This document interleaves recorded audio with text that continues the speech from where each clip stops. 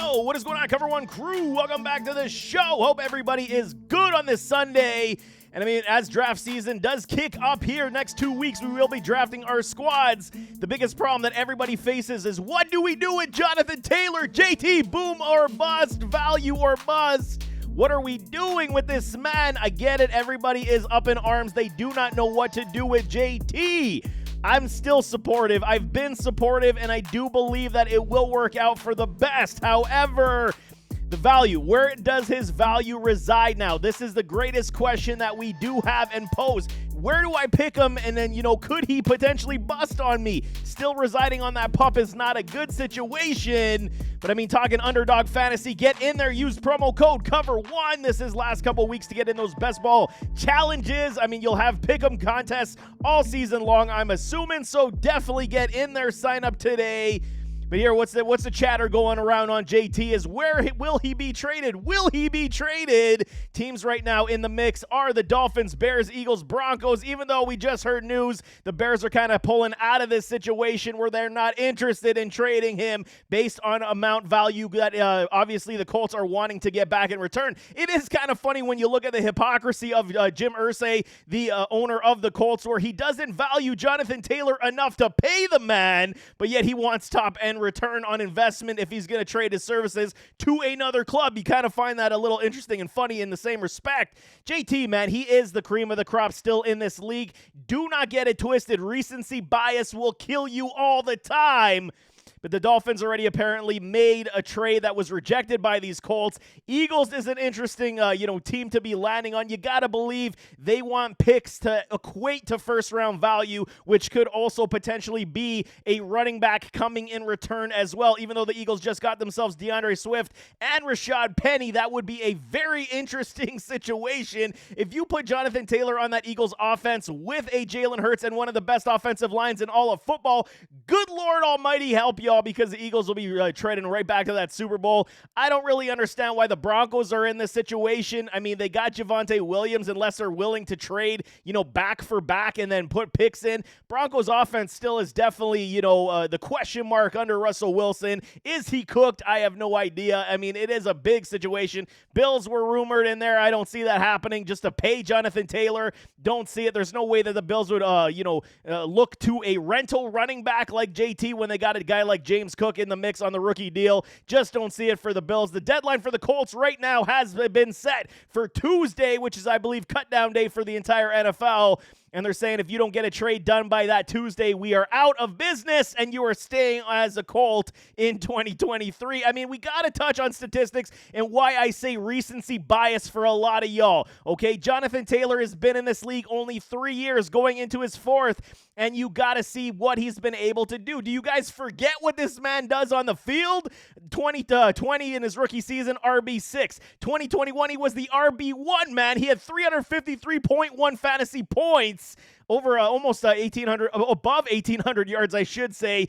88.2% on the consistency boom rate, man. This guy was booming in the similar likes of a Christian McCaffrey, and you guys are going to fade him because 2022 saw him deal with an ankle injury? Come on, y'all. I mean, okay, I get it. JT is overworked, no question. 332 attempts in 2021, going even back to 232 in 2020, and then 900 plus back in his college days. I get it. The tread on the tires is extremely vast, hence why I do think that maybe this is why Jim Irsay is like, yeah, you know what, I don't want to pay you the big dollars. However, my biggest qualm with this entire situation is, isn't the MO in the playbook in the NFL right now, get that rookie passer that is potentially your franchise guy for the next 10, 12 years, and when he's on his rookie deal, pay everybody else around him to help ease the process and transition of these rookie quarterbacks. You got Anthony Richardson now. What are you, scoffing about to pay Jonathan Taylor a 4-year contract, even if it was to the upper echelons of $14.5 to $16 million on that 4-year deal? Front load the contract where it's 2 years, mass money, and then have outs in year 3 and 4 before you have to re-sign an Anthony Richardson off his rookie deal if he is going to be your franchise future passer. Like, I just don't understand what the situation is here with Jim Irsay and not wanting to pay one of the best running backs in the NFL who still is only 24 years old, man. I'm getting all hot and bothered because this makes me angry, okay? I get it. Last season was not a good year, okay? He missed time. He missed 5 games last year to injury, was not completely healthy even in the games he did return off that ankle. It is not a good situation for a Jonathan Taylor right now, but we got to make it aware. He still is on the pup right now, and I think that is all semantics because I do believe he is healthy and ready to go. He's just not willing to exercise himself right now to injury. Then that removes all of his, upper hand when it comes to finding a trade partner and negotiating the deal that he's looking to get. We just saw, Saquon Barkley last month get his $11 million. Now you got Josh Jacobs. He got his $12 million. So, JT wants to set the market right, man. He wants to be paid like an elite, like CMC type style. So you're talking in that $14.5 to $16 million a season range. I don't see why the Colts just don't pony up the dough here, and Jonathan Taylor would be extremely happy unless he's absolutely frustrated with his Colts organization and how he's being disrespected, and then a change of scenery is definitely warranted to get his mentals back up because he just doesn't want to be here anymore. Just when you feel disrespected by a club, you just want to get out and start fresh because, what else is there left in Indianapolis for JT? That's definitely a possibility as well. We have seen it wrinkle through the ADP rankings. Right now, the drop, he is RB running back 9. Y'all. Unbelievable. Overall 21. One of the best running backs 2 years removed from being the top running back in all of fantasy football half PPR leagues. I just don't get it, man. Even if this situation doesn't come to pass, we understand there's not a lot of depth here on this running back room right now. JT is the guy. Zach Moss is dealing with injury. You got the rookie Evan Hall, Deion Jackson. I believe they just dropped Kenyon Drake, so my graphics are even out of date as we sit today, and then Jason Huntley. So there will be some moving parts here as well. This is going to happen very quickly, even after this video does drop, because they are doing cuts as we speak right now, and potentially a trade could come within the next 2 days for a Jonathan Taylor, or he remains on this roster. But the ADP drop is absolutely silly. Hence why I say, is it a bust or is it value? Why are we thinking that it's otherwise? You could get a top-end player and then come back overall 21. You're talking round 2 almost, in round 2 already for a Jonathan Taylor.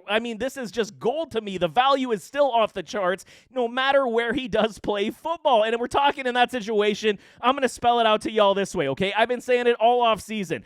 Soon as they drafted an Anthony Richardson, we got the MO of understanding he is a raw quarterback. He is extremely mobile, and he does have a cannon of an arm. So they will likely, I want to say it's not 100% because this is kind of where my opinion goes. The Baltimore Ravens 2019, when Lamar Jackson was the first-time starter. He did play in his rookie season. This was his second year in the NFL in 2019.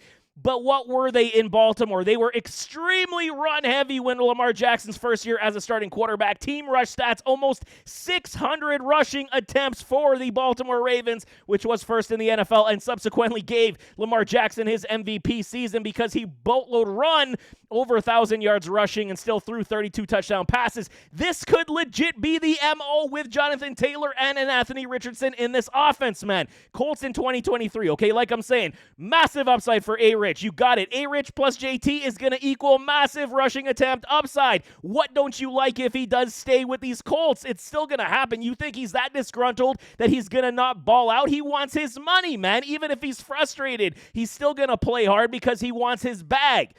I understand the injury aspect of it. Does he want to put it all out there and get injured and then get nothing? I completely get the fear, and that's why, what now? What do we do with JT? If he's traded to another team, he's an instant running back one on any offense. We know this. Will he see more splits depending on what the team trades for him? If it is the Miami Dolphins, you got Devin Achane, you got Raheem Mostert, Myles Gaskin, Salvin Ahmed. Obviously, one of those guys would get released or traded in this deal, but JT instantly goes to the top of the pecking order when it comes to any Miami Dolphin running back room. Goes to the Eagles. Could we see DeAndre Swift moved out or Rashad Penny in this deal with picks? There's so many moving parts in that situation where it does not matter where JT goes. He still will be the running back one. We've heard rumors even the LA Rams are interested. Why not? The team does not look good overall in LA with the Rams. He could instantly be that workhorse back. Everyone's going to say, oh, Cam Akers, I wouldn't even blink an eye. If JT goes to the Rams, you draft him in that first round because volume's going to be key. There's so many positive things that we can still discuss about a Jonathan Taylor. That's why I don't understand why everybody is out. If we're talking the discussion on ADP value to return on investment on Jonathan Taylor, then that's a different argument, because am I still willing to pick him in the first round? Maybe we have a different conversation. That's going to be up to you guys on where you value his services. But depending, even if he stays with these Colts this season, the value to return on investment should definitely be here, because it's volume upside, which is key in fantasy football. He goes to another team, there's potential that he's going to split carries with another running back. Okay, I understand, but it's still JT, 24 years of age, true elite workhorse running back who has improved his hands. Not sure what everybody's sleeping on in this situation just because he is frustrated with the Colts and how they're handling his contract. We got to be unbiased, y'all. I'm telling y'all, remove that recency bias from the injury, and I'm not convinced whatsoever that he's on the pup because the ankle's still bothering him. I think this is a strategic move by Jonathan Taylor to not get injured, much like the strategic move that Josh Jacobs just did to get his bag and not even be at training camp and preseason to risk any type of injury. This is what these running backs got to do. It's all part of the, game of, inches, you want to say, when it comes to getting your contract. But for me, JT, at the right value, if it is top of the second round, I'm in. I'm still in on Jonathan Taylor. I still believe he's going to give you some no matter where he plays this year. He is not sitting out, man. Don't even put that in your head. He's still under rookie contract. He will play this season. And I think he will repay you pretty decently, unless he dogs it. That's the question I understand everybody is, fearful of. But JT, for me, depending on if we get him in the mid-second round, I think you're smashing that hit button on draft day, and I think you'll be smiling. Hedge your bets just in case. But I think if he does repay you, it's going to be one of the biggest value to returns that we have seen from the running back position in quite some time. But there you go. That is my opinion on Jonathan Taylor on this Sunday. Hope everybody gets right with the Lord. Get good with your family and friends. Have fun.